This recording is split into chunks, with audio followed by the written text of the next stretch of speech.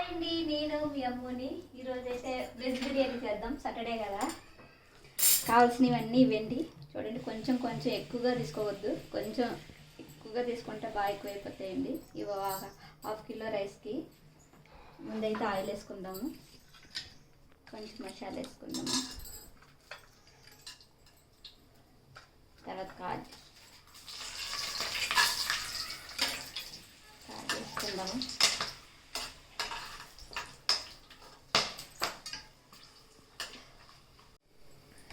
ఇవ్వండి, ముందైతే ఆనియన్ వేసుకుందాము.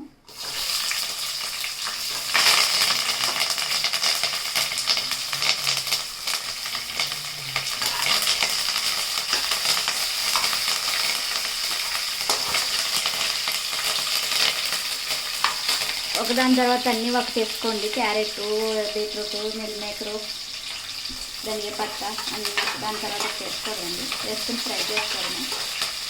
కుక్కర్లో చేసుకున్నామండి, సింపుల్గా కుక్కర్లో అయిపోతుంది లేదా బాగుంటుంది కూడా.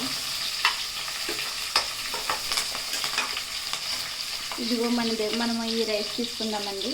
బాస్మతి రైస్ అంతేం బాగోదు, కానీ మన ఇంట్లో వాడుకుంటాం కదండి సోనా మసూర్ రైస్. ఈ రైస్ అయితే చాలా బాగుంటుంది, ఒకసారి ట్రై చేసి చూడండి. ఇవన్నీ ఇలా ఫ్రై అయింది కదా, ఫ్రై చేసుకున్నప్పుడు ఇలా బాగా కొంచెం ఫ్రై చేసుకున్నప్పుడు మనం రైస్ ఇందులో వేసుకోవాలండి. అదే దీనికి ట్రిక్.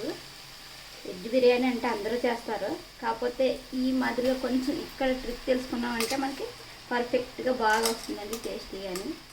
ఇక రైస్ అంత ఇందులో వేసుకున్నాము.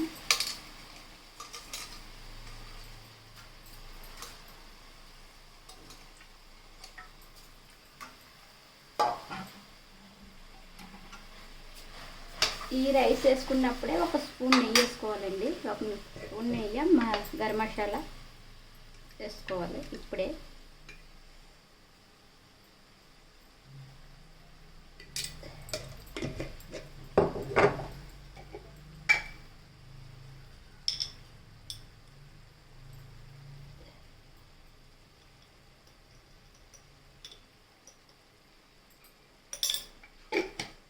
వేసుకొని బాగా ఫ్రై చేసుకోవడం అండి. ఇది బాగా ఫ్రై అయిన తర్వాత మనకి వాటర్కి గ్లాస్కి 1.5 వాటర్ తీసుకొని ఇందులో వేసుకొని ఒక 3 విజిల్స్కి కుక్కర్ పెట్టుకోవడమేనండి.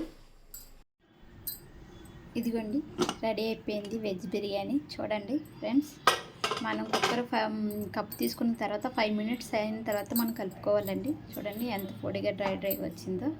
మీకు మీ ఇష్టం అండి, ఏ కూర అయినా తీసుకోవచ్చు, లేదంటే ఉత్తి పెరుగు చట్నీ అయినా తీసుకోవచ్చు, బాగుంటుంది. ట్రై చేయండి అయితే ఫ్రెండ్స్. నచ్చితే షేర్ చేయండి, లైక్ చేయండి, కామెంట్ చేయడం మర్చిపోవద్దు, సబ్స్క్రైబ్ చేసుకోండి. బాయ్ మరి.